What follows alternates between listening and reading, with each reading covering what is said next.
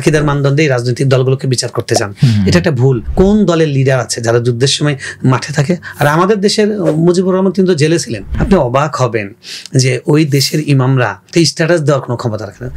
কলকাতা আলিয়া দেওবন্দেরও আগে প্রতিষ্ঠিত হয়েছে। আন্তর্জাতিক নবীর আমরা উম্মত, যে সবাই শুধু আলেম চান, সঙ্গে আলেম জন্ম দিতে পারেন না। কেমন মনে আছে 8 টাকা আমাকে হাদিয়ে দিয়েছে। সংখ্যাগুরু ধর্ম সংখ্যালঘু হয়ে গিয়েছিল বাংলাদেশে। আমাকে বলেছেন যে আপনারা এত কবিতা জানেন, কোরআন হলো সাহিত্যের আকর। আলী হোসেন সত্যিই হোসেন যদি না খেলতো ক্রিকেট ছাড়ি নাই, ক্রিকেট ছাড়া হয় নাই, ফতোয়া পড়ি নাই, তবে আমার কাছে পড়ে ছেলেরা মুফতি হয়। দলগুলোতে আসলে ভিন্ন মতের কোনো জায়গা নাই, কিন্তু এলিম এমন একটা জিনিস যে এলিম তার সমস্ত সীমাবদ্ধকে ম্লান করে দেয়। অপেক্ষায় ছিলাম আমার দেশ যদি আছে অন্য চাকরি ছেড়ে দিয়ে এখানে যাবো। কোন রাজনৈতিক দলের সাথে নিজেকে আসলে বেশি সুইটেবল মনে করেন? মাহমুদুর রহমান এক পিস। খতিব থাকলে আমি রাজনীতিতে কোনোদিন ঢুকবো না, আর যদি কোনোদিন রাজনীতিতে ঢুকি তাহলে খতিবগিরি করবো না। আপনি বিএনপি আওয়ামী লীগ বলেন, এগুলো কিন্তু গোষ্ঠীতান্ত্রিক দল। সুপ্রিয় দর্শক, আপনাদের স্বাগত জানাচ্ছি ইনোভা টক্সের আজকের আয়োজনে। আজ আমাদের অতিথি শেখ আলী হাসান তৈয়ব, যিনি লেখালেখি করেন, সম্পাদনা করেন, বিভিন্ন ইসলামিক প্রোগ্রামে যিনি আলোচক এবং একই সাথে চমৎকার করে বিশ্লেষণ করেন, এবং তার বিশ্লেষণের জায়গায় রাজনীতি থেকে শুরু করে ধর্ম, সাহিত্য থেকে শুরু করে আমাদের সমাজ, সকল জায়গায় যার সমান পদচারণা রয়েছে। আমরা আমাদের আজকের অতিথির সাথে আপনাদেরকে পরিচয় করিয়ে দিচ্ছি। চলুন, আমাদের আজকের অতিথি জনাব শেখ আলী হাসান তৈয়ব। কেমন আছেন? আসসালামু আলাইকুম ওয়া রাহমাতুল্লাহি ওয়া বারাকাতুহু। আলহামদুলিল্লাহ ভালো আছি, আপনি কেমন আছেন? আলহামদুলিল্লাহ ভালো আছি। তবে ভাই, আপনি লেখালেখির মধ্য দিয়ে, আপনি বিভিন্ন কর্মসূচির মধ্য দিয়ে, বিভিন্ন কর্মকাণ্ডের মধ্য দিয়ে মূলত আমাদের তরুণ সোসাইটির মাঝে আলো বিতরণ করে যাচ্ছেন। বিশেষ করে কওমি ধারার যে সকল শিক্ষার্থী বন্ধুরা রয়েছে, সেই কওমি ধারার মাঝে আপনার একটি ব্যাপক গ্রহণযোগ্যতা রয়েছে। আপনি লেখালেখি করেন, সম্পাদনা করেন, আপনি টেলিভিশন প্রোগ্রামে উপস্থাপনা করেন, সেখানে আলোচনা করেন, একই সাথে আপনি জুমার খতিব হিসেবে দায়িত্ব পালন করছেন, বিভিন্ন মাদ্রাসায় দর্স তাদরিসের সাথে আপনি আছেন। সবকিছু মিলিয়ে আপনার একটা বর্ণাঢ্য জীবন ইতিমধ্যে হয়েছে। আপনার জীবনের গল্পটাই বেসিক্যালি আমরা আজকে শুনবো। আপনার জীবনটা আসলে শুরু হয়েছে কোথা থেকে? আপনার জন্মটা কোথায়? আলহামদুলিল্লাহ, ধন্যবাদ। আমার জন্ম বগুড়াই, বগুড়া শহরে আমাদের বাড়ি। আচ্ছা, মানে পোস্ট, থানা, জেলা সবকিছু আমার বগুড়া শহরেই জন্ম। আচ্ছা, ছোটবেলায় পড়াশোনাটা কি বগুড়া শহরেই? বগুড়ার বিখ্যাত একটি প্রতিষ্ঠান আছে যেটা পুরো বাংলাদেশের শীর্ষ মানে কওমি মাদ্রাসাগুলোর মধ্যে একটি, জামিল মাদ্রাসা। আচ্ছা, আমরা যখন পড়েছি তখনই ছাত্র 3-4 হাজার এরকম ছিল, এখন আরো 5-6 হাজার, বিশাল জামিয়া। আচ্ছা, আচ্ছা, ওই প্রতিষ্ঠানেই আমার প্রাতিষ্ঠানিক পড়া শুরু। তার আগে এমনি আরো 2-1টা প্রতিষ্ঠানে পড়েছি। ধরুন বগুড়া একটা টাউন স্কুল নামে একটা স্কুল আছে, সেখানে আমাকে ভর্তি করে দেওয়ার পরে 3 মাস পড়েছিলাম, মনে আছে। এটা আমার স্কুলে পড়া। তারপরে মাদ্রাসায়, মানে স্কুল থেকে মাদ্রাসায় কি আপনি নিজে? আমার বাবা তিনি তাবলিগের সাথে ছিলেন রহমতুল্লাহি আলাইহি। তো তিনি চিল্লাই যাওয়ার সময় যখন জামাত বন্দী হয়, হেদায়েতের বয়ান হয়, তখন তিনি বলছিলেন যে একটা আলেম দিয়ে আমাদের সঙ্গে যাতে দিন শিখতে পারি। তো আব্বাকে তখন তিনি বললেন যে সবাই শুধু আলেম চান, সঙ্গে আলেম জন্ম দিতে পারেন না। তো এটা আব্বার খুব হৃদয়ে ধাক্কা লেগেছিল। এবং তখন আমি আমার গর্ভে ছিলাম। আব্বা ওই পুরো সফরে আল্লাহর কাছে কান্নাকাটি করেছেন যে আল্লাহ আমার ছেলে যেন হয় এবং আলেম যেন হয়। আচ্ছা, এবং আরেকটা ইন্টারেস্টিং ঘটনা আছে, এগুলো আসলে কখনো বলা হয় না। আচ্ছা, কেমন জানি আপনার প্রশ্নের সঙ্গে এসে গেল, আল্লাহ সুবহানাহু ওয়া তাআলা হয়তো বের করে দিচ্ছেন। সেটা হলো আমার দাদা খুবই বুজুর্গ আল্লাহওয়ালা ছিলেন, এবং বগুড়ায় যারা তাবলিগের কাজ শুরু করেছে, দাওয়াতের কাজ, তাদের মধ্যে একজন ছিলেন। তিনি আলিমদেরকে খুবই ভালোবাসতেন, এবং জামিল মাদ্রাসার ছাত্র সবসময় আমাদের বাসায় জায়গির থাকতো, লজিং যেটাকে বলে। এবং আমি বড় হয়ে দেখেছি একটা সাইকেলই ছিল, ওই সাইকেলটা সবসময় একজনের জন্য থাকতো, মানে ওর সাইকেলে ওরা ব্যবহার করবে, ওদের জন্য কেনা, আমাদের বাসায় এসে খেয়ে যেত। তো দাদার খুব শখ ছিল যে তার একজন নাতি আলেম হবে। আমার আগে আমার বংশের কেউ মাদ্রাসায় পড়েনি।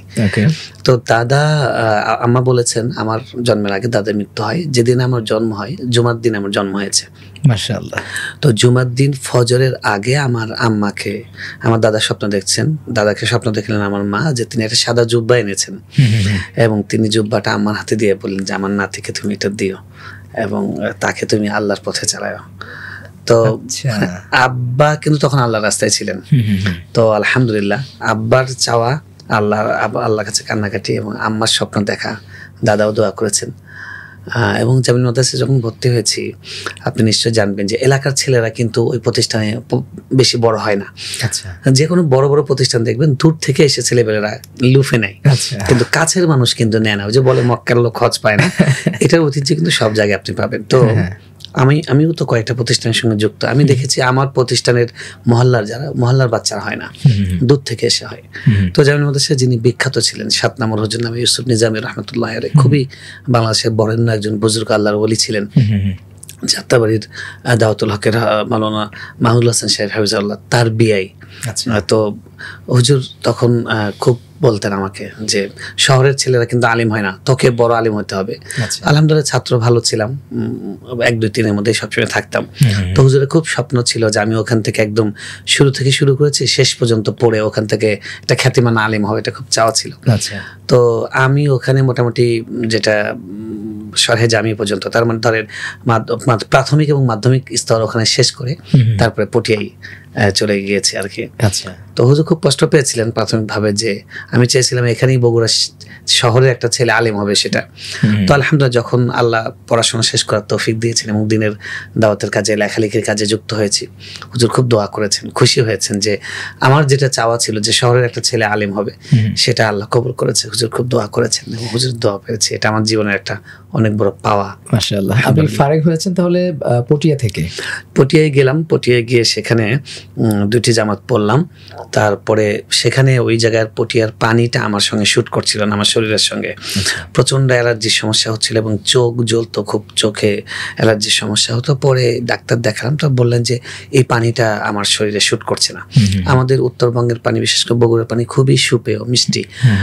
পানি যে খাওয়া যায় না এটা আমি জানতাম না, মানে আমি প্রথম চিটাগাঙে গিয়ে জানলাম যে মাটির নিচ থেকে যেই পানি আসে এরকম পানিও থাকে যেটা খাওয়া যায় না, কারণ আমাদের পানিগুলো এত মিষ্টি আলহামদুলিল্লাহ। তো ওখান থেকে তারপরে আমি আবার যে বছর ওখানে জালালাইন পড়ি সে বছর পরের ক্লাস অর্থাৎ মেশকাতে আমি ঢাকায় আসব। সবাই ওখান থেকে পরামর্শ দিলেন যে আমি লেখালেখি করি। তো পটিয়ায় থাকতেই তখন জাতীয় দৈনিকে খুব মানে দুদার্স আমার লেখা ছাপা হচ্ছে। ইনক্লাবে তখন মনে আছে সোনালী আসর বের হতো, ওখানে আমার ছড়া ছাপা হতো। তারপরে আরো বিভিন্ন পত্রিকায় খুব লিখতাম। তো তখনই ওস্তাদদেরই কথা এবং বন্ধু বান্ধবদের কথা যে তোমার ঢাকায় যাওয়া দরকার, কারণ তুমি লেখালেখি করছো, তোমার মিডিয়ায় যাওয়া দরকার। তো আসলে আল্লাহ যাকে যেই কাজে নেবেন। আচ্ছা, লেখালেখিটা কি আপনি পটিয়া থেকে শুরু করলেন নাকি জামিল থেকেই? জামিল থেকে।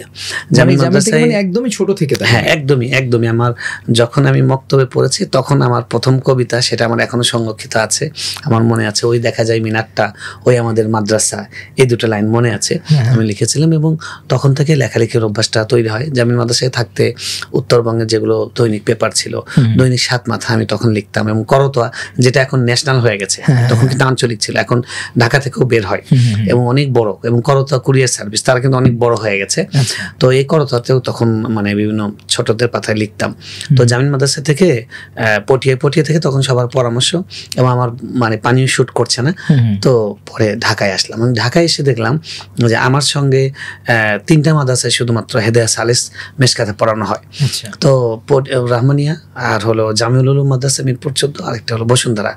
তো 3টা মাদ্রাসায় গেলাম। তো বসুন্ধরা গিয়ে দেখলাম যে মোটামুটি খোলামেলা পরিবেশ, কিন্তু সব চট্টগ্রামের ওস্তাদরা, বেশিরভাগই উর্দুর দিকে টান, আমার টান বাংলার দিকে। তো আমার এই জায়গাটা সব মিলে আর কি মনে হলো যে না, এই জায়গা না, বেটার কোথাও যাই।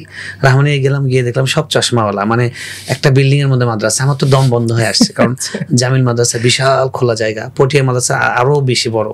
আমরা ক্রিকেট খেলতাম। মানে চশমাটা সমস্যা করছে কোথায়? মানে চশমাটা বুঝলাম যে এখানে পর্যাপ্ত আলো নেই, তো তারা ন্যাচারাল আলো থেকে বঞ্চিত, এই জন্য চশমা। হ্যাঁ, তো এবং আমার কাছে খুব মনে হতো। তারপরে শেষে গেলাম জামিলুল মাদ্রাসা, গিয়ে মনের মতো পেলাম যে ঢাকায় এরকম খোলা, মিরপুর 14 ওই যে পুলিশ ব্যাটালিয়নের অপোজিটে বিশাল খোলা জায়গা, বিল্ডিং, আলো চারপাশে। আমি বললাম যে যাই হোক, আমার এত নাম লাগবে না, এই জায়গায় ভর্তি হবো। আচ্ছা, আপনি কি বাই এনি চান্স খেলাধুলা করতেন খুব একটা? হ্যাঁ, ছোটবেলায় তো খেলাধুলার জন্য মানে আমার 2টা ছাত্র জীবনের 2টা খ্যাতি বা প্রথম সুনাম হয় বা পুরস্কার পাই, মানে আমার ক্লাসমেটদের বাইরে আমার পরিচিতি যেটা গড়ে ওঠে 2টা জিনিস। একটা হলো সঙ্গীত, আমি গজল গাইতাম। আচ্ছা এটা মাদ্রাসায় যাওয়ার আগে থেকেই আপনি জানেন যে রমজান মাসে ওই যে আগে কাফেলা বের হতো, সে সাথে ডাকতো, তারা আবার 20 রোজার পরে গিয়ে তারা কালেকশন করতো, বিভিন্ন বাড়ি বাড়ি গিয়ে এরকম ভ্যানটা সাজাতো, সুন্দর করে সাজিয়ে বাড়ি বাড়ি গিয়ে কালেকশন করতো। 27শে রমজান একটা বিশাল দোয়া বা মিলাদ টিলাদ এই টাইপের হইতো। তো ওখানে তারা সব রেকর্ডেড গান বাজাতো। তো দুই একজন শিল্পী যদি পেয়ে যেত আমার মতো মাদ্রাসা ছাত্র, তো এটা একটা মানে অনেক বড় ব্যাপার। তো আমি নিজেও খুব এক্সাইটেড যে মাইক দিয়ে গজল গাচ্ছি। তারপরে একদিন দেখলাম, আমাকে আমার মনে আছে 8 টাকা আমাকে হাদিয়ে দিয়েছে। তো আমি বিশাল খুশি, 8 টাকা আমি আমার জীবনের প্রথম, অনেক আগে মনে করতে হবে সাল গুনে গুনে, আমি 5-এ ফারেক হয়েছি, তার থেকেও কমপক্ষে 10 বছর আগে, তার মানে 95 এর দিকে আমার তখন 7-8 বছর বয়স এরকম হবে আর কি। তো মানে অনেক খুশি হলাম। ওই যে গজল গাওয়া, সেটা তখন না হতো। জামিল মাদ্রাসায় পড়তেই আমার মনে আছে আমাদের স্থানীয় শিবিরের, মালতীনগরের শিবিরের ভাইরা, তারা ওই রবিউল আউয়াল উপলক্ষে হামনাত প্রতিযোগিতার আয়োজন করেন। আমি সেখানে বলেছিলাম, মনে আছে, গজলটাও মনে আছে এখনো। তো সেখানে পুরস্কার পেয়েছিলাম। এরপর টিটু মিলনায়তন, বগুড়ার বিখ্যাত, সেখানে গিয়ে গজল গেছি। জামিল মাদ্রাসা সঙ্গীতে প্রথম, মানে জামিল মাদ্রাসায় কি শিবির তখন সেখানে? না, আমার মহল্লায়, আমার মহল্লার আরেক পাশে জামিল মাদ্রাসা, মানে ওটাও শহরের মধ্যে। তো আমাদেরটা একদম মেইন শহর, একদম যেখানে যে তারেক জিয়া ওনারা সব, মানে বগুড়ার একদম হোম, একদম হার্ট অফ বগুড়া। তো ওই জায়গায় আমাদের বাসা। আর জামিল মাদ্রাসাটা একটু মানে শহরে প্রবেশের মুখে আর কি। তো আমাদের মহল্লায় ওটা করেছিলাম। এরপরে জামিল মাদ্রাসায় যে বছরে একটা করে বার্ষিক প্রতিযোগিতা হতো, সেখানে সবসময় পুরস্কার, মানে সঙ্গীতে। এরপরে তো নামই হয়ে গেল, প্রত্যেকটা অনুষ্ঠানের শুরুতে ওস্তাদ অটো যে আলী হাসান গান গাবে, তো গান গেতাম। তো এই প্রথম খ্যাতি বা পরিচিতি। এখন কি আপনি গান করেন না? এখন গান করি না, মানে যখন থেকে আমার মনে আছে মেশকাতের বছর গিয়ে আমি ছেড়ে দিয়েছি, যখন কোরআনের মজাটা পেয়েছি। এবং ওসমান রাদিয়াল্লাহু তাআলা বিখ্যাত উক্তি, এটা আমার খুব আবেগের একটা উক্তি। উনি বলেছেন যে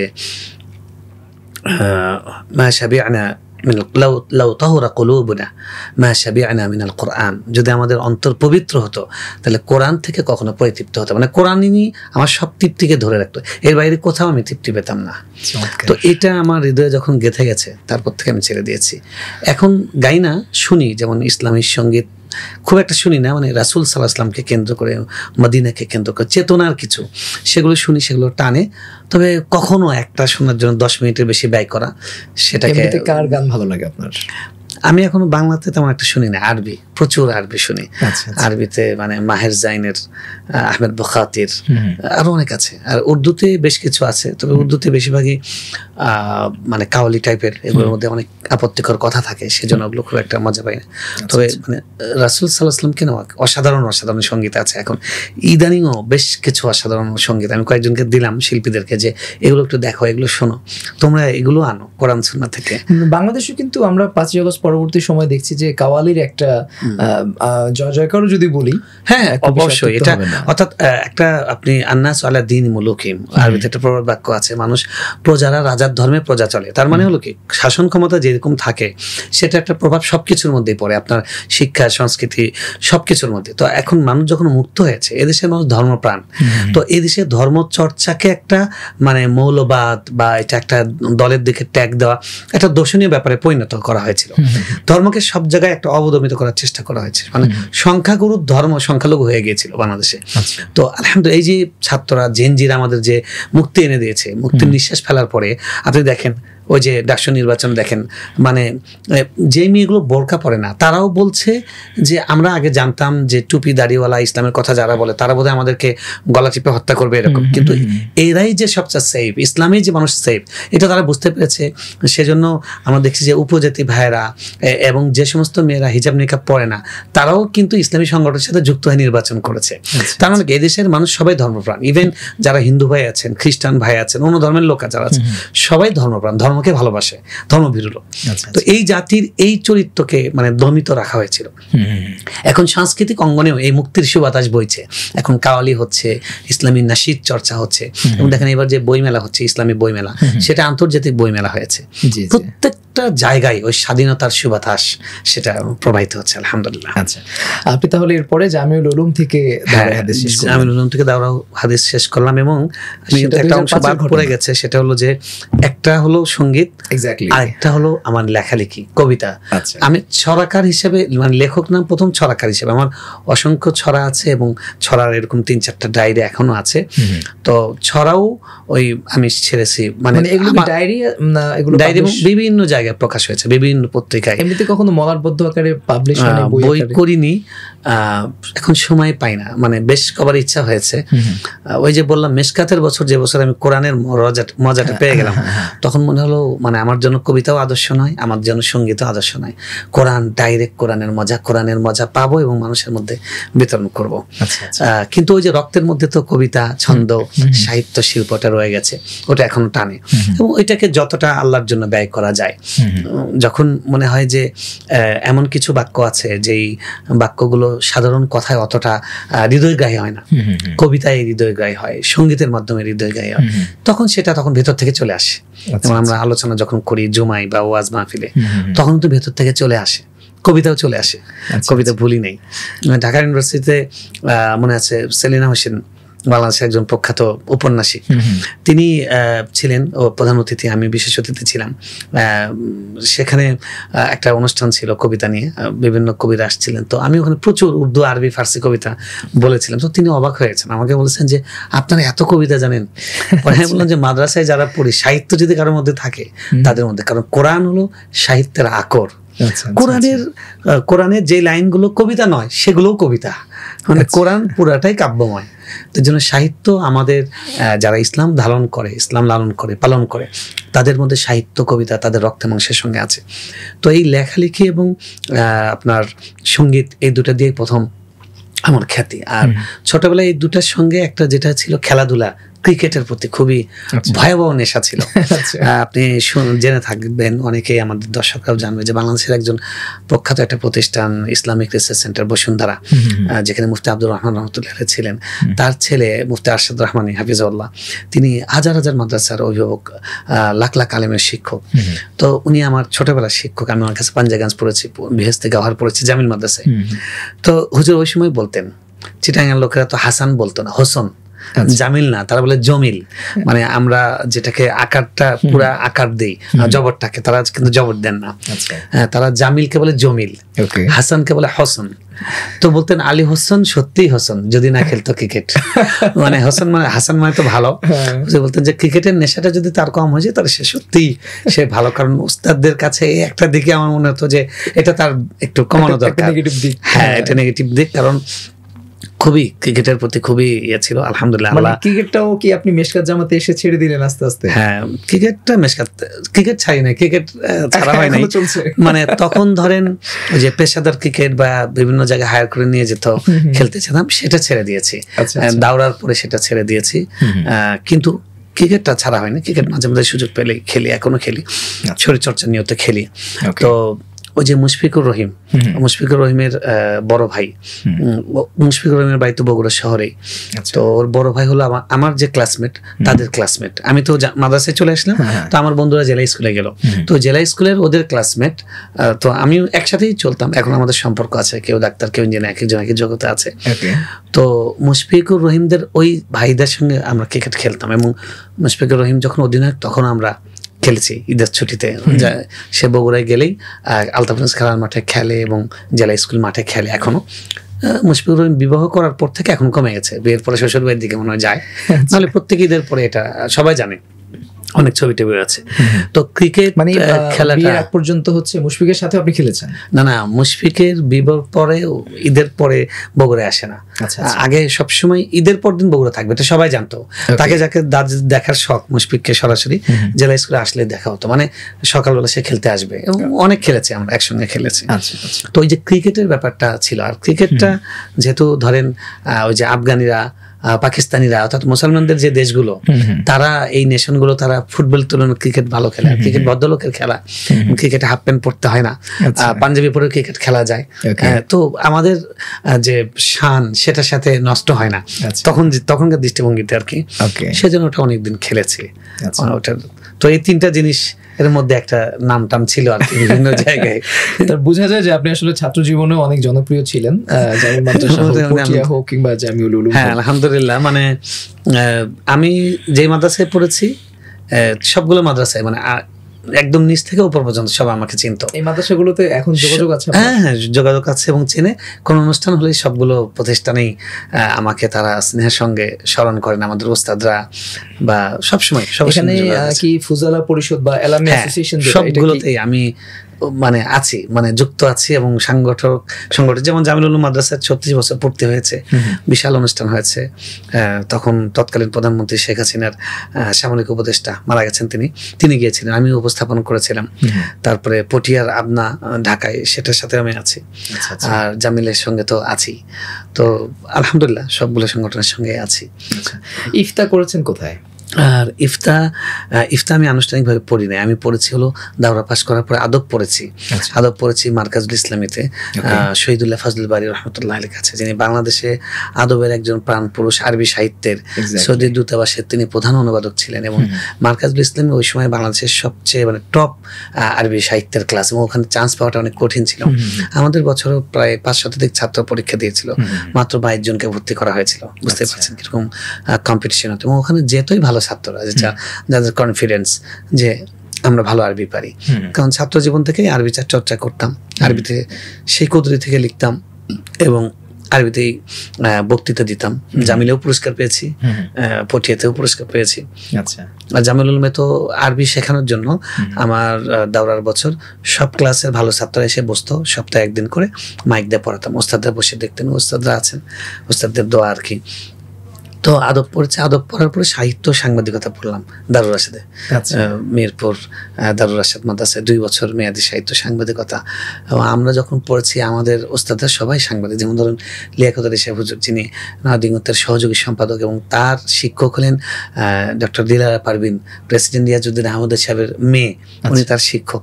অর্থাৎ আমার সাংবাদিকতার সনদ দেখেন আলহামদুলিল্লাহ। এবং আতাউস-সামাদ, যিনি বিবিসি খ্যাত সাংবাদিক ছিলেন, আমার দেশের সাংবাদিক সম্পাদক ছিলেন, আতাউস-সামাদ সাহেবের ছাত্র আমাদের ওস্তাদ লিয়াকত আলী সাহেব হাফিজাহুল্লাহ।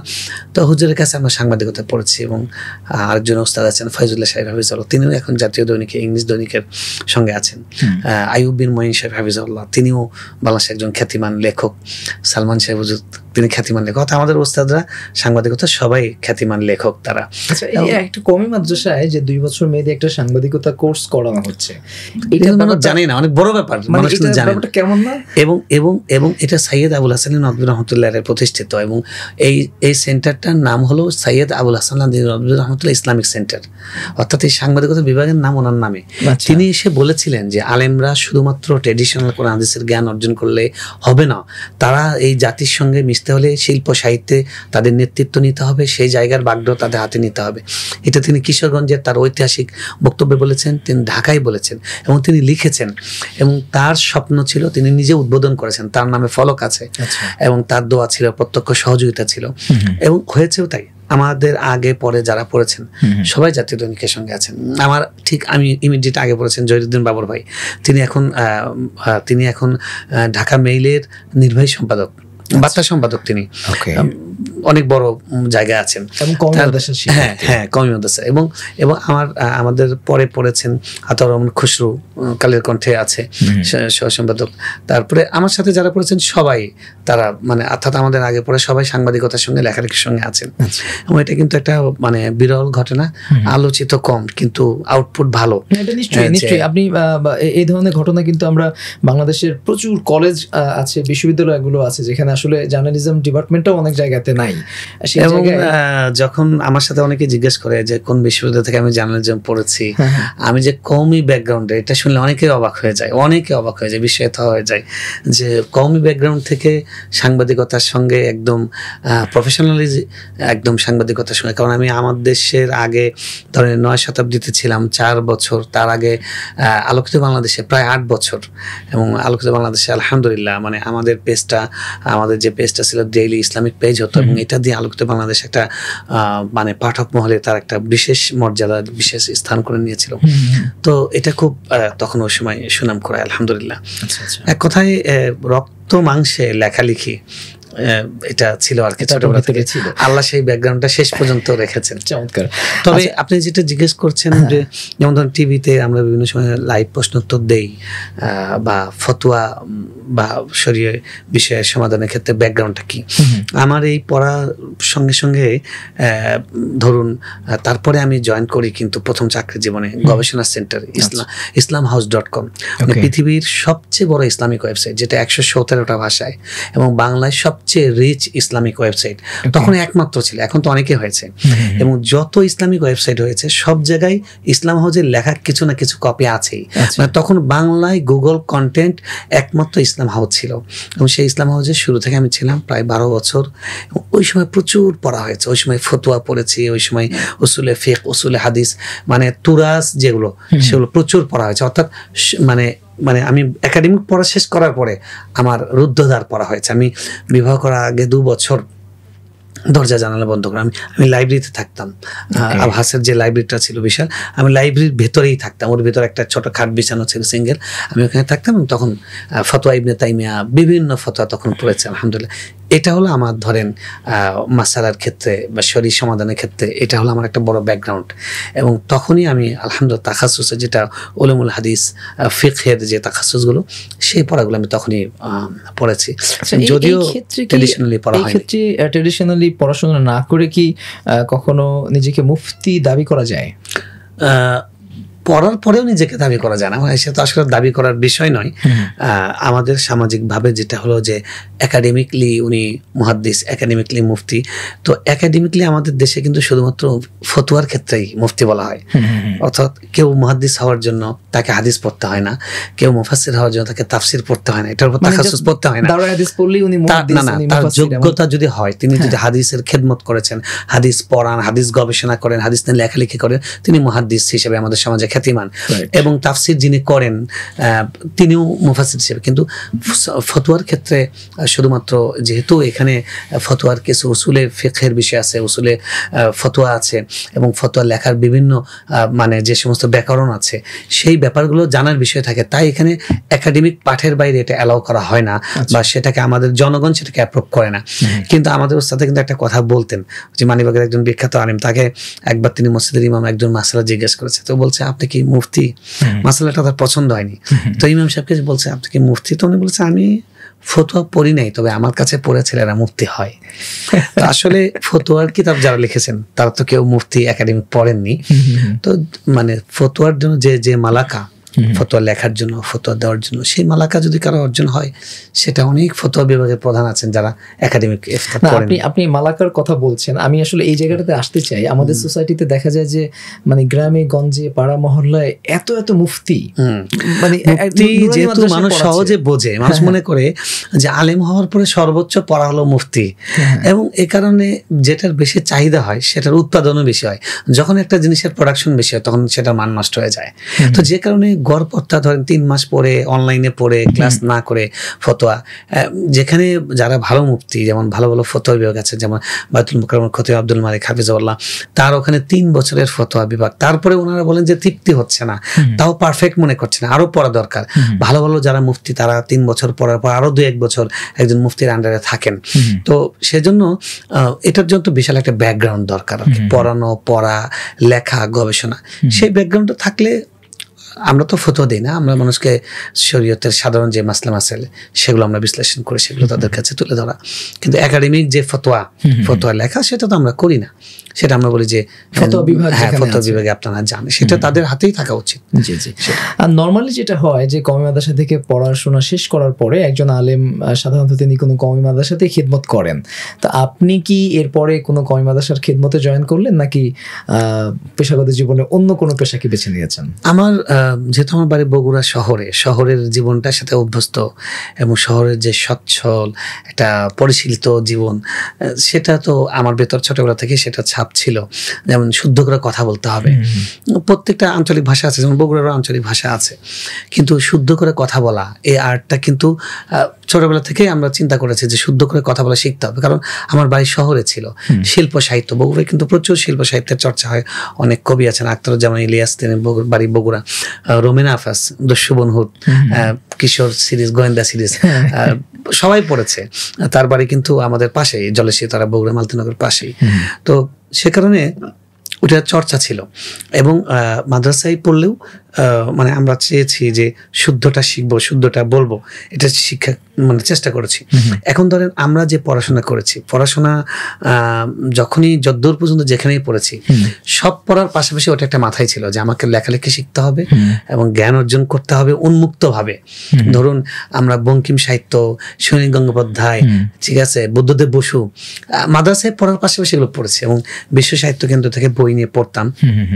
এটা একটা বড় আমার মানে অর্থাৎ স্বশিক্ষিত এদিক থেকে সাহিত্য পাঠগুলো মাদ্রাসার ব্যাকগ্রাউন্ড থেকে না, আমি নিজের থেকে পড়েছি।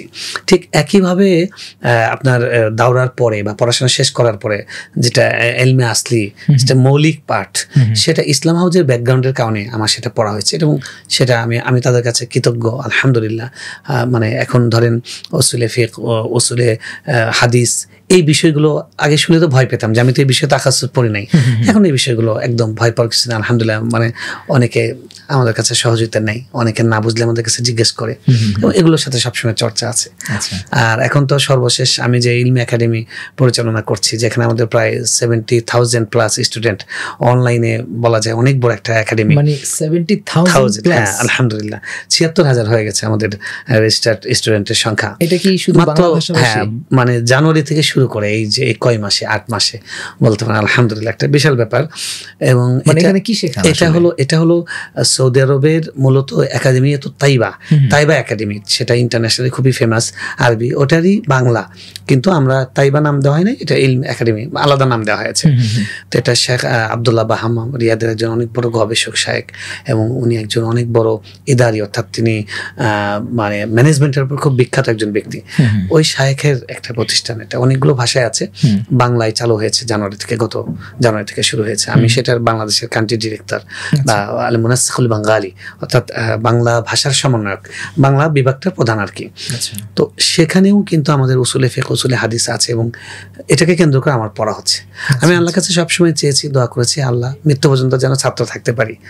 আলহামদুলিল্লাহ, আল্লাহ এ পর্যন্ত আল্লাহর দয়া আমি সেটা, যেমন ধরুন জুমার খুতবা, আমরা তো মানে প্রস্তুতি ছাড়াই কথা বলা যায় 2 ঘন্টা, কিন্তু প্রত্যেকটা জুমার খুতবার জন্য আমি চিন্তা করি 1 সপ্তাহ 10 দিন আগে থেকে যে আমার এই চুলেই পড়া হবে। কেউ যদি আমাকে কোনো বিষয় দেয়, টেলিভিশনে বা কোথাও নতুন যদি বিষয় দেয় যেটা আমি বলি নাই কখনো, চিন্তা করি, আমি খুশি হই, এই চুলেই পড়া হবে।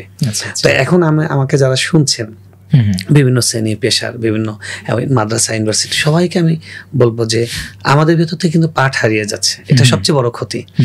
পাঠটা প্রচুর হওয়া দরকার। আজকে পুরো জাতি একটা ফাঁপা সভ্যতার উপর দাঁড়িয়েছে। আপনি দেখবেন যে উকিল ওকালতের বই ছাড়া পড়ে না, ডাক্তারি বই ছাড়া পড়ে না, কিন্তু জ্ঞান অর্জন করা, সব বিষয়ে জ্ঞান অর্জন করতে হবে, সেই জিনিসটা এখন মানুষের মধ্যে মরে যাচ্ছে। বিশেষ করে আমাদের সোশ্যাল মানে অনলাইন এই ভার্চুয়াল মাধ্যমগুলো এসে, ধরেন আমাদের ফেসবুক, আমাদের টুইটার, এগুলো আমাদের পাঠের ক্ষুধাকে একদম মানে এটাকে ধ্বংস করে দিচ্ছে, মিসমার করে দিচ্ছে। এটা আমাদের জন্য সহায়ক, কিন্তু আমি বলবো যে ক্ষুধা মন্দা যেরকম একটা রোগ, ক্ষুধা লাগে না, এটা একটা রোগ। বেশি খাইতে চাও, এটা যেমন রোগ, ক্ষুধা লাগে না, এটা একটা রোগ। তো আমাদের মানে পাঠ মন্দা তৈরি করেছে, মানে এই যে ফেসবুক, এই চেহারার বইটা এসে আমাদের অরিজিনাল বুক পাঠ, সেটা আমাদের ক্ষুধা মন্দা তৈরি করেছে।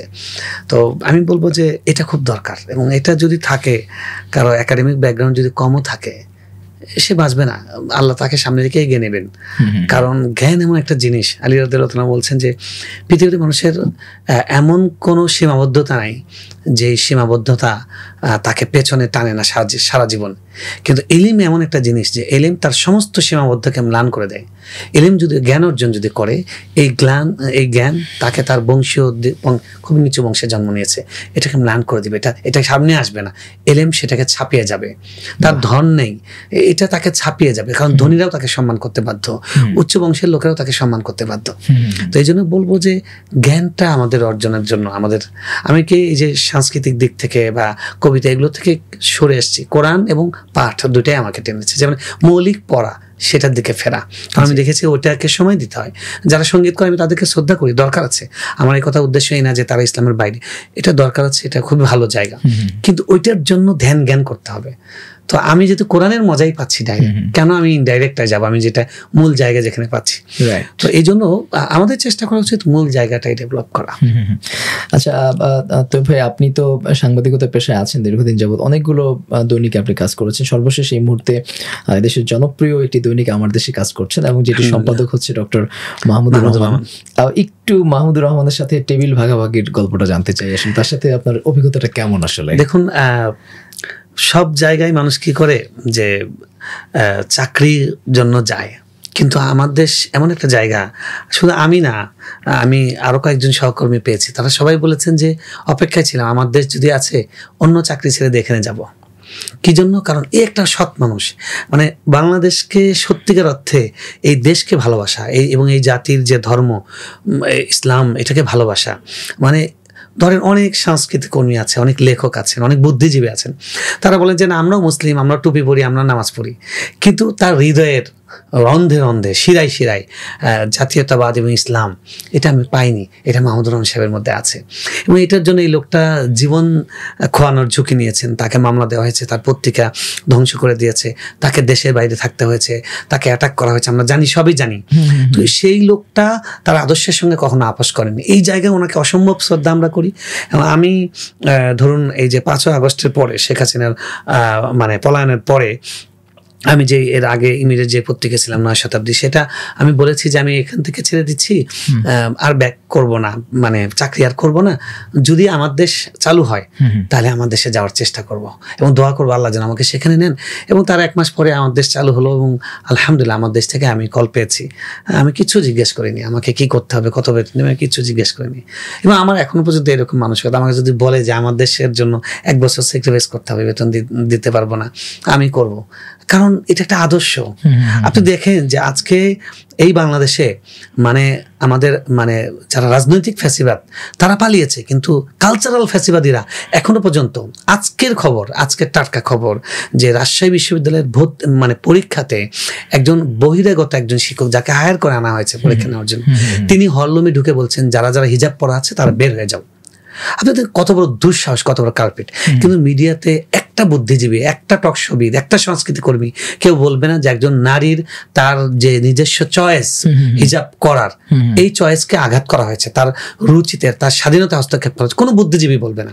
কিন্তু একটা মহিলা তিনি অশ্লীল পোশাক পরছেন, যেটা সামাজিকভাবে পারিবারিকভাবে আপত্তিকর, কোনো ভদ্রলোক তাকে গিয়ে নম্রভাবে সফটলি বলতে চেয়েছেন যে তুমি কিন্তু একটু শালীন পোশাক পরতে পারো, মা তুমি তো কবরে যাবে, তুমি তো একদিন মারা যাবে, তোমাকে দেখে তরুণরা কি শিখবে। তাকে বলা হবে যে সে মৌলবাদী, সে ওই মহিলার উপর অ্যাটাক করেছে, নারীকে সম্মান দিতে চায় না, পুরা মিডিয়া এই হইচই করবে। এইটাই কালচারাল ফ্যাসিবাদ। আর আপনি দেখেন যে একটা মানুষ কিচ্ছুই করে নাই, একটা টিপকাণ্ডের ঘটনা, একটা পুলিশ ইনস্ট্যান্ট চাকরি থেকে বরখাস্ত হলো, ওই মহিলাকে সে গালি দেয়নি, এটা প্রমাণ হয়েছে, কোনো প্রমাণ করতে পারেনি কোনো ফুটেজে, কিন্তু তার চাকরি চলে গেল, একজন পুলিশের সরকারি একজন কর্মকর্তা চাকরি চলে গেল। সেখানে একজন, এ পর্যন্ত আমরা জাহাঙ্গীরনগর বিশ্ববিদ্যালয়, ঢাকা বিশ্ববিদ্যালয়, রাজশাহী বিশ্ববিদ্যালয়, একজন শিক্ষককে এই জন্য জবাবদিহি করা হয়নি, একজনের চাকরি যায়নি, একজনকে শোকজ করা হয়নি যে আপনার দায়িত্ব ছাত্রছাত্রীকে পড়াবেন, আপনি ছাত্রছাত্রী মাথায় হিজাব দিল কি দিল না, হিজাব দেওয়ার কারণে তাকে বের করে দিবেন, হিজাব দেওয়ার কারণে আপনি তাকে ইনসাল্ট করবেন, এটা তো একটা তার রীতিমতো মানবাধিকারের লঙ্ঘন। এই কথা কোনো মিডিয়া বলে না, কিন্তু আমার দেশ এই নিপীড়িত মানুষের কথা বলে, এবং আমার দেশে লেখা আছে স্বাধীনতার কথা বলে। বাংলাদেশের স্বাধীনতার প্রশ্নে আমার দেশ কে রাগ করবে, কে আমার পত্রিকায় বিজ্ঞাপন দেবে না, কে মাহমুদুর রহমানকে জানে মেরে ফেলার চেষ্টা করবে, 4 পয়সা উনি এটা গণেন না, ওটা এক মুহূর্ত চিন্তা করেন না। এই জায়গায় ওনাকে শ্রদ্ধা করি। এবং এখান থেকে আমি তো প্রত্যেকটা পেজ দেখাতে হয় সম্পাদক সাহেবকে, আমার পেজটা আমি যখন দেখাই, আমি তখন লোকটাকে দেখি আর দোয়া করি আল্লাহর কাছে যে আল্লাহ তুমি এই লোকটাকে মানে যতদিন হায়াত দিয়েছো নিরাপদ রাখো, এবং তার কলমকে, তার মেধাকে সচল রাখো। এবং আমার খুব আশ্চর্য, তিনি আমাকে একবার দেখেছেন একটা অনুষ্ঠানে, আমি তার সামনে 3 লাইনে একটা বক্তব্য দিয়েছিলাম। আমাকে যখন ভাইবার জন্য তিনি ডাকলেন, আমাকে দেখে বলছে আমি আপনাকে চিনতে পেরেছি, আপনার বক্তব্য শুনেছি। কি অসম্ভব একটা মেধাবী মানুষ। এবং আমার আরেক সহকর্মী বলেছেন যে তিনি 6 বছর আগে আমার দেশে একবার চাকরির জন্য গিয়েছিলেন, চাকরিটা তখন হয়নি, এবার তাকে আবার ডাকা হয়েছে, তিনি গিয়েছেন, তাকে দেখে বলছেন তুমি ইন্টারভিউতে এই কথা বলেছিলে। এরকম একজন মানে এরকম একজন মেধাবী একটা মানুষ, তো ওনার সততাকে আসলে খুবই শ্রদ্ধা করতে হয়। আপনি দেখবেন দেশে অনেক কলামিস্ট বুদ্ধিজীবী আছে, তারা বলে একরকম করে একরকম। অনেক বড় বড় বুদ্ধিজীবী আছে, আমি কাউকে ছোট করতে চাই না, অনেক বুদ্ধিজীবীর বিশ্বাসে কর্মে বিস্তর তফাৎ পাবেন। মাহমুদুর রহমানের কোনো তফাৎ নেই, উনি যেরকম বলেন উনি সেরকম চলেন, তার লাইফ স্টাইলও তাই। আপনি দেখেন উনি এখন যে অবস্থায় আছেন, ওনার কয়েকজন বন্ধু উপদেষ্টা, উনি চাইলে অনেক কিছু নিতে পারেন, কোনো রাষ্ট্রীয় কোনো সুবিধা নেন না। উনি একটা পদক পেলেন, আমরা জানি যে সাংবাদিকতায় তিনি পদক পেলেন, ওই টাকাটা তিনি পুরোটা ওই জুলাই ফাউন্ডেশন দিয়ে দিয়েছেন। মাহমুদুর রহমান এক পিস বাংলাদেশে, উনি একজন, আমি মনে করি বাংলাদেশের একটা সম্পদ, আল্লাহ ওনাকে দীর্ঘায়ুর দারাজ করুক। এবং আমার দেশ কে ধরেন অনেক সময় অনেকে ট্যাগ দেয়, কখনো মানে বিএনপি পন্থী লোকেরা বলে যেটা জামাতের পত্রিকা, জামাতের লোকেরা বলে যে মাহমুদুর রহমান সাহেব বিএনপির জ্বালানি উপদেষ্টা ছিলেন, উনি বিএনপি পত্রিকা। কিন্তু মাহমুদুর রহমান সাহেব সবসময় বলেন আমি শুধু স্বাধীনতার কথা বলি, কারো গোলামি করি না, এবং এটা আমি সত্য পেয়েছি। এই জায়গা তাকে আমি অসম্ভব, আমি শুধু না, আমি মনে করি আমাদের সব সহকর্মী সবাই তাকে অসম্ভব শ্রদ্ধা করেন। জি, তো ভাই আপনার একটু রাজনৈতিক দর্শন সম্পর্কে জানতে চাই। আপনি কি ব্যক্তি জীবনে বা স্টুডেন্ট লাইফে কখনো কি কোনো রাজনৈতিক দলের সাথে সংযুক্ত ছিলেন? খুব ভালো একটা প্রশ্ন, এই প্রশ্ন কেউ কখনো করেনি। আমার মনে চাই এই বিষয়ে কিছু কথা বলি। আমি রাজনীতি সচেতন, তবে রাজনীতির কখনো কর্মী ছিলাম না, অংশগ্রহণ করিনি। একদম ছোটবেলায় দেখেছি যারা রাজনীতি করতে আমি দেখেছি, বেশিরভাগই তারা তাদের ব্যক্তি জীবনে তাদের আমল, সততা যথেষ্ট ফারাক দেখতাম। এই জন্য আমাকে কখনো টানিনি। আমার মনে হয়েছে যে বাংলাদেশের যে প্রচলিত রাজনীতির ধারা, এই ধারাগুলো সৎ মানুষের জন্য নয়, এবং এখনো পর্যন্ত আমার এই বিশ্বাসটা পরিবর্তন করার মতো কোনো কারণ আমি দেখতে পাইনি। যদিও প্রত্যেকটা দলে কিছু ভালো মানুষ আছেন। আর যখন আমি খতিব হয়েছি, অর্থাৎ কর্মজীবন পদার্পণ করারও প্রায় 10 বছর পরে আমি খতিব হয়েছি, অর্থাৎ ইমাম। যদি আমি জুমায় পড়াচ্ছি সপ্তাহে একদিন ইমাম, তখন থেকে আমি মনে করছি যে না, খতিব যিনি মসজিদের ইমাম হবেন তিনি পুরো জাতির রাহবার, তিনি সব দলের মানুষের নেতা, তিনি কোনো ব্র্যাকেটের মধ্যে ঢুকবেন না। সেজন্য আমি ঢুকি না। আমার চিন্তা যে খতিব থাকলে আমি রাজনীতিতে কোনোদিন ঢুকবো না, আর যদি কোনোদিন রাজনীতিতে ঢুকি তাহলে খতিবগিরি করবো না তখন, কারণ আমাকে তো একটা দলের ফেভার করতে হবে। মানে আমি খতিব হিসাবে আমি এই জায়গায় সৎ থাকতে চাই যে আমি বিএনপির সমালোচনা করবো নির্মম ভাবে, আমার কোনো কষ্ট হবে না, ভয় পাবো না। আওয়ামী লীগের সমালোচনা করবো, খেলাফত মজলিসের সমালোচনা করবো, ইসলামী আন্দোলনের সমালোচনা করবো, আমার কোনো দ্বিধা হবে না, কোনো রকম ভয় অনুকম্পা হৃদয়ের মধ্যে কোনো কাজ করবে না। আমি এটা দেখেছি অনেকের এটা অভাব আছে, অনেকের অভাব আছে। আপনি যদি এই মুহূর্তে খুতবা ছেড়ে দেন এবং রাজনীতিতে জয়েন করেন, সেক্ষেত্রে আপনি কোন রাজনৈতিক দলের সাথে নিজেকে আসলে বেশি সুইটেবল মনে করেন? ওই রকম পাচ্ছি না বলেই তো যাওয়ার সুযোগ হচ্ছে না। ধরেন আমি আশা করেছিলাম বাংলাদেশের পরিবর্তনের পরে এনসিপি যখন আসে, মনে করেছিলাম তারা একটা নতুন একটা রাজনীতি আনবে, যেটা সবাই যারা দেশকে ভালোবাসে, মানুষকে ভালোবাসে, তারা সবাই আসার মতো। কিন্তু তাদের মধ্যেও সেই আশাবাদটা আমি দেখতে পাইনি। তাদের মধ্যে অনেক শীর্ষ নেতৃত্বের মধ্যে অনেক বৈপরীত্য, কেউ সেকুলার, তারা বৈচিত্র্য আনতে গিয়েছে কিন্তু আদর্শহীন মনে হয়েছে। বৈচিত্র্য থাকবে কিন্তু আপনার একটা আদর্শ থাকবে। যেমন ধরেন মাহমুদুর রহমান সাহেব যে কথা বলেন যে আমি সবসময় বাংলাদেশের পক্ষে, ইসলামের পক্ষে, এটা একটা স্ট্যান্ড। তো এরকম একটা স্ট্যান্ড আমি তাদের মধ্যে দেখতে পাইনি। আর এছাড়া অন্য যারা ইসলামী দলগুলো আছেন তাদের প্রত্যেককে আমি শ্রদ্ধা করি, ভালোবাসি, তাদের সহযোগী, তারা ডাকলে আমি যাব, তাদের বুদ্ধি দিব, পরামর্শ দেব। কিন্তু আমি যাওয়ার মতো কোনো কারণ দেখিনি, কারণ আমি এখনো দেখি ইসলামী দল যারা করেন তারা পুরো জাতিকে নেতৃত্ব দেওয়ার কথা চিন্তাই করতে পারেন না। তারা সবাই চিন্তা করেন তার মানে সবাই চিন্তা করে আমি এরকম হয়ে যাব, আমার মতো হবে সবাই, পুরো জাতিকে ভাবা। আপনি দেখুন বাংলাদেশ স্বাধীন হয়েছে 50 বছর পেরিয়ে গেছে, 53 বছর চলছে, এখনো পর্যন্ত প্রাথমিক বিদ্যালয়ে, সরকারি প্রাথমিক বিদ্যালয়গুলোতে ধর্মীয় শিক্ষা বাধ্যতামূলক নয়। এতদিন তো কি রাজনীতি হলো, আপনি এই কথাটা প্রতিষ্ঠা করতে পারেননি। এখনো পর্যন্ত আমাদের ইসলামী দলগুলো যে ফরজে আইন কোর্স, প্রত্যেকটা মুসলমানের তার ফরজে আইন পরিমাণ জ্ঞান অর্জন করার, তাদের কোনো মৌলিক কোনো কর্মসূচি, কোনো লক্ষ্য আমি দেখিনি, কোনো ইসলামী দলগুলো আমি দেখিনি। এই জায়গাগুলোতে ঘাটতি রয়েছে। এখন আলহামদুলিল্লাহ দলগুলো সচেতন হচ্ছেন, এবং একটা ইসলামী দল আরেকটা ইসলামী দলের ক্ষেত্রে যথেষ্ট উদাহরণ নয়। এটা আমার কাছে সবচেয়ে পীড়ার কারণ। আমি যে কারণে কোনো দলেরকে আমি নিজের মনে করতে পারি না, বা আমি নিজেকে একটা দলের সাথে যুক্ত করব এটা মনে করতে পারি না। তার সবচেয়ে বড় কারণ হলো এটা, সবাই ভালো আল্লাহর দিকে ডাকছেন, কোরআনের দিকে ডাকছেন, কিন্তু হৃদয় এত সংকীর্ণ কেন যে মানে আমি ইসলামী দল, অমুক ইসলামী দল না, তাদের এই আদর্শ, তাদের এই আদর্শ, কেন আপনি এটা মনে করতে পারেন না? আমি যেটা সবসময় বলি, আমরা হলাম রব্বুল আলামিনের গোলাম আর রহমতুল্লিল আলামিনের উম্মত, তার বিশ্ব জাহানের মালিক তার বান্দা, আর বিশ্বের জন্য রহমত হিসেবে প্রেরিত তার উম্মত। তো আমাদের পুরো ভীষণ মিশনটা থাকবে বিশ্ব জুড়ে, আন্তর্জাতিক নবীর আমরা উম্মত। তো কেন আমি এরকম চিন্তা করি যে ইসলামী দল আমি এই হবে এই হবে? একটা ইসলামী দল আরেকটা ইসলামী দলের কর্মসূচিকে ভালো চোখে দেখে না। তো এরকম জিনিসগুলো দেখে আমি খুব কষ্ট পেয়েছি। তো আলহামদুলিল্লাহ 5 আগস্টের পরে অনেক পরিবর্তন হয়েছে, কিন্তু এখন অনেক উন্নতি করা দরকার। বিশেষ করে এখন যে অবস্থায় আছে বাংলাদেশ, মানে বিএনপির দিকে টানাটানি, বিএনপির বিপরীতে আর একটা টান, এই যে টানাপোড়েনটা এটা খুবই কষ্টদায়ক খুবই। আচ্ছা আচ্ছা, আপনি যখন আসলে রাজনীতি বিশ্লেষণ করেন সেটি আপনার সোশ্যাল মিডিয়া বা বিভিন্ন হ্যান্ডেলে, আপনি আসলে তখন কি কোনো রাজনৈতিক চিন্তাধারা দ্বারা কিছুটা বায়াস থাকেন কিনা? আমি সবসময় একটা কথা বলি, সেটা হলো যে পৃথিবীতে শুধু মানে একজনের গোলামি করার জন্য আর একজনের দালালি করার জন্য, অর্থাৎ একজনের পক্ষে আমি অকুণ্ঠভাবে চোখ বন্ধ করে বলবো সেটা মুহাম্মদ রাসূলুল্লাহ সাল্লাল্লাহু আলাইহি ওয়াসাল্লাম, আর একজনের জন্য আমি কাজ করবো একমাত্র আল্লাহ সুবহানাহু ওয়া তাআলার জন্য। এখন এছাড়া আর কারোর জন্য আমার কোনো কমিটমেন্ট নাই। আমি কারোর জন্য বলতে বাধ্য নই, কারোর পক্ষে নিতে বাধ্য নই, মানে কারোকে বলতে গিয়ে কলিজায় লাগবে এরকম আমার কোনো পিছুটান নেই। তো এটা এই জন্যই সম্ভব, আমি কোনো ব্যানারের মধ্যে না থাকার কারণে এটা সম্ভব। কোনো ব্যানারে গেলে এই জিনিসটা থাকবে না, এটা আমি ইনসিকিউর হয়ে যাব, সেজন্য আমাকে টানে না। আমি দেখি যে অনেক ইসলামী দলের আছে, তারা তার দলের এটাকে বেঠিক মনে করেন, কিন্তু তারা বলতে পারেন না, বললে তার অবস্থা খারাপ, তাকে পদচ্যুত করা হবে। এটাই আমি মনে করি তাদের দলের মধ্যে অভ্যন্তরীণভাবে ইসলামের চর্চার অভাব আছে। রাসূল সাল্লাল্লাহু আলাইহি ওয়াসাল্লাম কিন্তু ভিন্ন মত প্রকাশের সুযোগ দিয়েছেন। ওমর রাদিয়াল্লাহু তাআলাকে মহিলা চ্যালেঞ্জ করেছে, তাকে আপনি দেখেন যে হেফাজতের একটা ঘটনা, যে হেফাজতের হাটাজারের একজন মুহাদ্দিস, তিনি বাংলাদেশের একজন বিখ্যাত খ্যাতিমান লেখক, তিনি একটা বক্তব্য দিয়েছেন, আমি যতদূর জানতে পারছি যে তাকে অলরেডি শোকজ করা হয়েছে। এটা মানে এই জায়গাগুলো ইসলামী দলগুলো অনেক কাজ করা দরকার। ইসলামী দলগুলোতে আসলে ভিন্ন মতের কোনো জায়গা নাই, খুবই কম। মানে গণতান্ত্রিক দলগুলো, তথাকথিত গণতান্ত্রিক দলগুলোর যে অবস্থা, এই জায়গায় তাদের অবস্থা খুব বেশি উন্নত না। এবং আপনি এক জামাত ইসলাম ছাড়া অন্যান্য দল দেখবেন সবই, যেমন আপনি বিএনপি, আওয়ামী লীগ বলেন, এগুলো কিন্তু গোষ্ঠীতান্ত্রিক দল। আওয়ামী লীগ মানে শেখ মুজিবুর রহমানের মেয়ে শেখ হাসিনা, এখন হাসিনা আসবে না, তার ছেলে এবং তার মেয়ে পুতুলকে পুনর্বাসিত করার চিন্তা ভাবনা চলছে। খালেদা জিয়া রহমানের উত্তরাধিকারী খালেদা তারেক জিয়া, কিন্তু তারা এর বাইরে কিছু দেখতে পাচ্ছে না। এই যে দেখেন আক্তার, তারপরে নাহিদ, এরা যখন একটা ভালো পোশাকে, ভালো আইফোন নিয়ে ছবি ফেসবুকে যায়, তারা কিন্তু দলীয় লোকরা বলে যে 2 দিন আগে ফকিন্নির মেয়ে ছিল, ছেলে ছিল, এই করছে। এটা কেন মনে হয়? সে এখন উপদেষ্টা, সে তো পাবেই।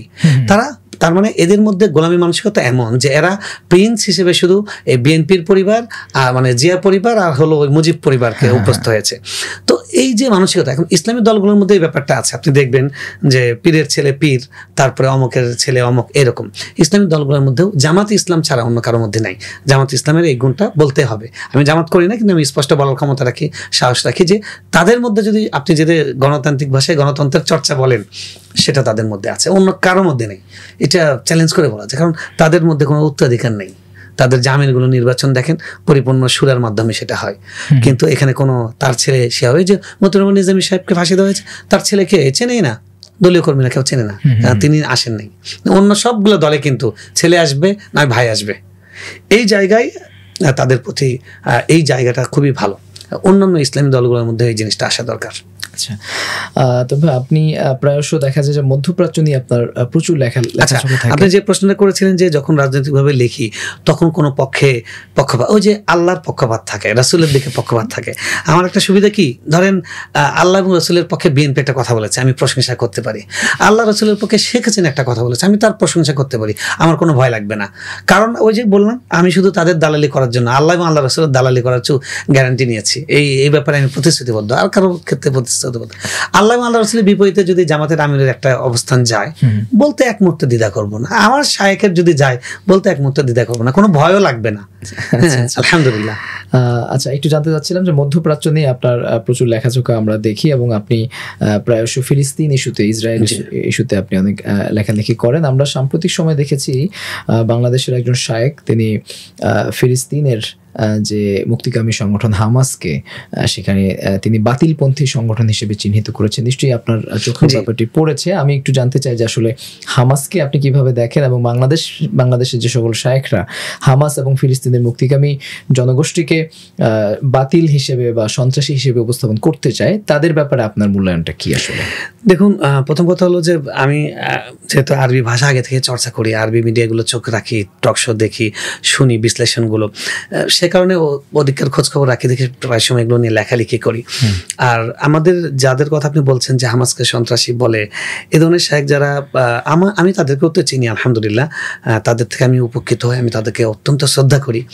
কিন্তু আমি শ্রদ্ধার সঙ্গে বলি যে তারা কিন্তু ধর্মীয় বিষয়ে বিশেষজ্ঞ, তারা রাজনৈতিক বিষয়ে বিশেষজ্ঞ নন। তারা মানে ধর্মীয় বিশ্লেষণ দিয়েই রাজনৈতিকভাবে আকিদার মানদণ্ডেই রাজনৈতিক দলগুলোকে বিচার করতে চান। এটা একটা ভুল। দেখুন, আকিদা দিয়ে আপনি তো আকিদার ইমানের বিচার করবেন আকিদা দিয়ে, কিন্তু রাজনৈতিক প্রজ্ঞা, রাজনৈতিক অবস্থান, সেটার সাথে আরো অন্য কিছু এলিমেন্ট আছে, সেই বিষয়টা তারা বিবেচনা রাখেন না। আপনি দেখুন, হামাসকে তারা সন্ত্রাসী বলেন, ব্রাদারহুডকে সন্ত্রাসী বলেন। কেন? কারণ সৌদি রাজতন্ত্র, আরব বিশ্বের রাজতান্ত্রিক যে শাসন ব্যবস্থা, সেই শাসন ব্যবস্থায় তাদের কাছে সবচেয়ে বড় সন্ত্রাসী হলো যারা গণতন্ত্রের চর্চার দিকে নিয়ে যায়, মানুষ মুক্তভাবে মতামত দিতে পারবে। আপনি অবাক হবেন যে ওই দেশের ইমামরা, তারা একটা স্ট্যাটাস দেওয়ার কোনো ক্ষমতা রাখে না। সৌদি আরবের মসজিদে কুবার খতিব ছিলেন শেখ সালেহ মোগামিসি, আমার খুবই প্রিয় একজন শেখ। মানে পৃথিবীতে এই মানের মুহাদ্দিস, এই মানের মুফাসসির খুবই কম আছে। অনেক উঁচু মাপের একজন আলেম, মানে আল্লাহু আকবার, আল্লাহ ওনার হায়াত দীর্ঘ করুন। তখন সৌদি, কাতার এবং সৌদির একটা ছিল, আমরা জানি যে সেটা শুধুমাত্র সৌদির কারণে, কাতারের কোনো দায় ছিল না। সৌদি বাদশাহ কাতারের সাথে জিত করেছেন, আল জাজিরা বন্ধ এবং কাট। তিনি জাস্ট একটা টুইট করেছেন, আল্লাহুম্মা আসলিহ বাইনা ইখওয়ানিনা, আল্লাহ আপনি আমাদের ভাইদের মধ্যে সম্পর্ক জুড়ে দেন। এটা উনি সকালে পোস্ট করেছেন, আসর হওয়ার আগে তার পোস্ট নাই, তিনি আউট, চাকরি থেকে চলে গেলেন। এবং এখন সেখানে আছেন আমাদের আরেক প্রিয় শেখ সুলাইমান রুহাইলি হাফিজাহুল্লাহ, তিনিও খুবই বড় আলেম, খুবই প্রিয় শেখ আমার। কিন্তু আমার চিন্তা হয় যে আরব বিশ্বের, এটা মনে হলে আমার এমনিতে মনে হয় যে মক্কা মদিনায় থাকলে, ওখানে জন্ম নিলে খুব ভালো লাগতো। কিন্তু এই যে মানুষের স্বাধীনতা দমন করা রাজতন্ত্রে, এটা দেখলে মনে হয় আল্লাহ শুকরিয়া আদায় করি যে আমরা তৃতীয় বিশ্বের গরিব দেশে জন্ম নিলেও আমরা লিখতে পারি, আমরা আমার ওস্তাদের বিপক্ষে বলতে পারি, আমরা সরকারের বিরুদ্ধে বলতে পারি। এটাকে আমি বাংলাদেশের কাছে কৃতজ্ঞ, এই দেশে জন্ম নিয়েছে, এই জায়গায় আমি কৃতজ্ঞ আলহামদুলিল্লাহ। তো তারা যে চিন্তা, ওই শায়েখদের চিন্তা আমি দেখেছি, তাদের চিন্তাটা ওই যে মুখস্থ যে বলি যে উনি কাকে সন্ত্রাসী মনে করে, ওকে উনি সন্ত্রাসী, উনি কাকে জঙ্গি মনে করে, উনি তাকে জঙ্গি। আপনি হামাসের যে আবু ওবায়দা, তার যে বক্তব্যটা আপনি শোনেন, আপনার যদি মিনিমাম বিবেক থাকে, একটা মানুষ জীবন দিয়ে লড়ছে, একটা মানুষ জীবন দিয়ে দিচ্ছে, এবং তারা পৃথিবীর একমাত্র একটা দল হামাস, যেই দলের টপ লিডারে যে যিনি মারা গেলেন, শহীদ হলেন, ইয়াহিয়া সিনওয়ার, তিনি যুদ্ধ অবস্থায় যুদ্ধের ময়দানে তিনি মারা গেছেন। পৃথিবীর কোন দলের লিডার আছে যারা যুদ্ধের সময় মাঠে থাকে? আর আমাদের দেশের মুজিবুর রহমান তিনি তো জেলে ছিলেন, তো কোন যোদ্ধা মাঠে থাকে? তিনি যুদ্ধ সাহাবীদের মতো, রাসূল সাল্লাল্লাহু আলাইহি ওয়াসাল্লাম যেরকম যুদ্ধের মধ্যে মাঠে থেকে নেতৃত্ব দিতেন, তা হামাস মাঠে থেকে নেতৃত্ব দিচ্ছে এবং তাদের জান মাল কুরবানি করছে। তো তাদেরকে শিয়া, তাদেরকে আপনি বলবেন রাফেজি বলবেন, এটা কোন ধরনের কথা? যারা আল্লাহর নামে শপথ করে যুদ্ধে যাচ্ছে, আল্লাহর নামে শপথ করে যুদ্ধ করছে, হ্যাঁ, আপনি তাদের রাজনৈতিক প্রজ্ঞা নিয়ে প্রশ্ন তুলতে পারেন, বলতে পারেন যে তারা ইসরায়েলের সাথে যেভাবে ফাইট করছে সেটা ঠিক আছে কিনা, তাদের প্রস্তুতি যথেষ্ট ছিল না, এগুলো মত দেওয়ার অধিকার আছে এবং আমি এগুলো মতগুলোকে শ্রদ্ধা করি। কিন্তু আপনি তাদেরকে সন্ত্রাসী বলবেন, তাদেরকে আপনি বলবেন ইরহাবি, আমি জানি না আল্লাহর কাছে তারা কি জবাব দিবেন। আমার খুবই ভয় হয় যে তারা আল্লাহর কাছে কি জবাব দিবেন। আমি একটু দেশের পার্সপেক্টিভে ফিরি। আপনি আমাদের সোসাইটিতে দেখা যায় বিভিন্ন সময় কওমিপন্থী আলেম যারা রয়েছেন বা হেফাজতের যে সকল নেতৃবৃন্দ রয়েছেন, তাদের সাথে আলিয়া মাদ্রাসা বা জামায়াতপন্থী আলেম ওলামাদের বিভিন্ন বক্তব্যের কারণে একটা ক্লাশ কিন্তু দেখা যায়। এই জায়গাতে কি আসলে কোনো ঐক্য বা সমঝোতার কোনো সুযোগ কি আসলে নাই? এটা আমার মানে এই বিষয়টা নিয়ে আমার এত দুঃখ, আমি অনেক লিখেছি। আমার ফেসবুকে একটা হ্যাশট্যাগে আছে চেতনাহীন উম্মাহ এবং নিজেকে নসিহা, নিজেকে নসিহত। তো নিজেকে নসিহত হলো আমাদের ঘরানার ভাইরা যারা, তাদের যে ত্রুটিগুলো সেগুলো আমি লিখি, নিজেকে নসিহত, আমি নিজেকে উপদেশ দিচ্ছি, আর চেতনাহীন উম্মা।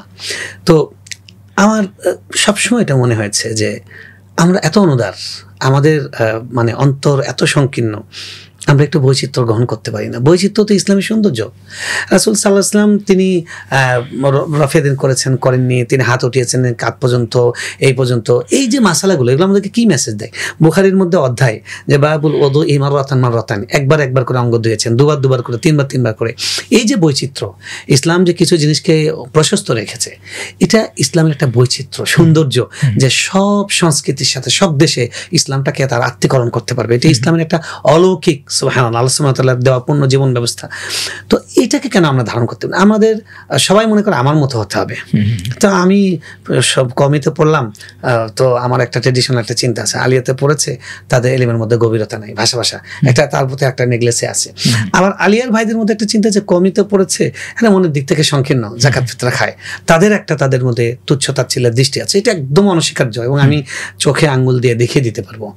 কিন্তু আসলে আলিয়াতে অনেক জ্ঞানী লোকরা আছেন যারা উদার, তারা মোহাব্বত করেন, ভালোবাসেন আল্লাহর জন্য। আবার কওমিতেও এরকম আছেন, এবং এই দুটো কিন্তু আসলে একই দার্সে নিজামী ছিল। এবং কলকাতা আলিয়া দেওবন্দেরও আগে প্রতিষ্ঠিত হয়েছে এবং দার্সে নিজামী ছিল। আমাদের যে পুরনো শায়খরা, যেমন শাইখুল ইসলাম আজিজুল্লাহ রহমতুল্লাহ আলী, তিনি কিন্তু ঢাকা বিশ্ববিদ্যালয়ে ইসলামিক স্টাডিজে ক্লাস নিয়েছেন। কাজী মোতাসিম বিল্লাহ রহমতুল্লাহ আলী মালিবাগ মাদ্রাসার শাইখুল হাদিস ছিলেন, তিনি আবার কাতলাসেন আলিয়ায় পড়িয়েছেন, যশোর আলিয়ায় পড়িয়েছেন। বায়তুল মুকাররমের খতিব ছিলেন ওবায়দুল হক রহমতুল্লাহ আলী, যার নামের কারণে খতিবটা দেশে সম্মানিত একটা পদ হয়েছে। ঠিক আছে, সেই খতিব সাহেব রহমতুল্লাহ তিনি একই সঙ্গে ঢাকা আলিয়ার ছিলেন, আবার তিনি আজমপুর আজিমপুর ওখানে মাদ্রাসার শাইখুল হাদিস ছিলেন। তো এটা তো আমাদের ঐতিহ্য ছিল। কিন্তু এই যে ক্লেশটা, এটা আমার মনে হয়েছে কিছু আমাদের ব্রিটিশদের একটা উদ্দেশ্য ছিল, ডিভাইড অ্যান্ড রুল, মানে কাট করো এবং তাদেরকে শাসন করো। এটা একটা তারই একটা রেশ, আমরা বুঝি না বুঝি আমরা এটার দ্বারা বিভাজিত হই।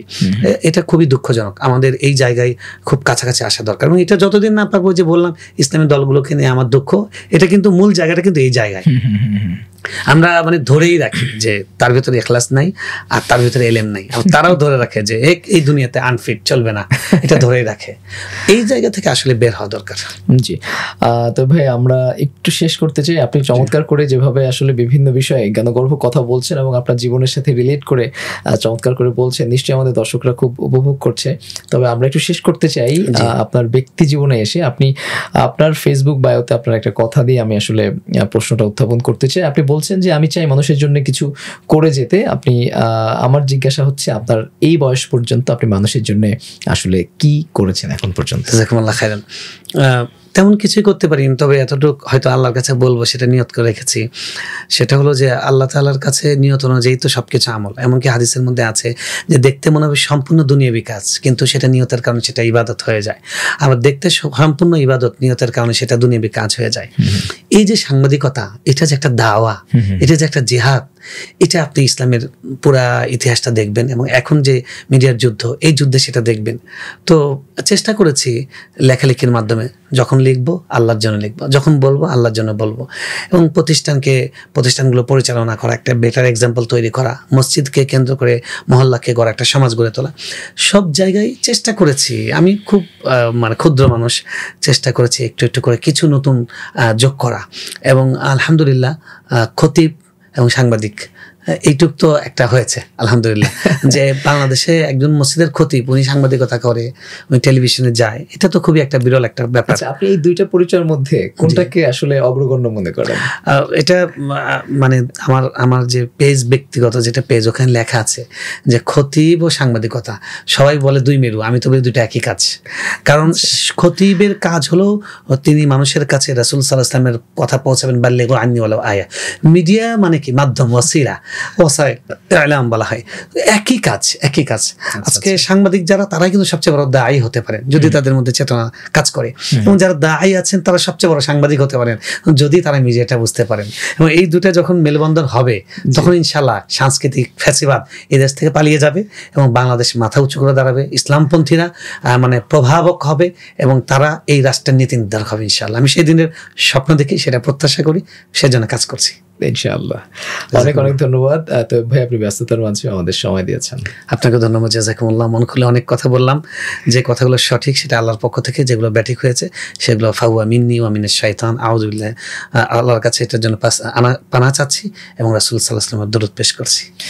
সুপ্রদর্শক, আপনারা এতক্ষণ শুনছিলেন বিশিষ্ট খতিব এবং সাংবাদিক, দৈনিক আমার দেশের সহ সম্পাদক জনাব মুফতি আলী হাসান তৈয়বের জীবনের গল্প এবং একই সাথে সমসাময়িক নানা প্রসঙ্গ নিয়ে তিনি তার জ্ঞানগর্ভ বক্তব্য উপস্থাপন করেছেন। নিশ্চয়ই আমাদের এই চমৎকার বক্তব্য, আলোচনা, গল্প, আড্ডা আপনারা উপভোগ করেছেন এবং এখান থেকে আপনাদের জন্য অনুকরণীয়, অনুসরণীয় যে সকল ঘটনা, যে সকল শিক্ষা রয়েছে সেগুলো আপনারা গ্রহণ করছেন। আমাদের পুরো অনুষ্ঠানটি উপভোগ করবার জন্য আপনাদের প্রতি কৃতজ্ঞতা জানাচ্ছি এবং আমাদের অন্যান্য এপিসোডগুলো দেখবার আমন্ত্রণ জানিয়ে আজকের মতো এখানেই বিদায় নিচ্ছি। আল্লাহ হাফেজ।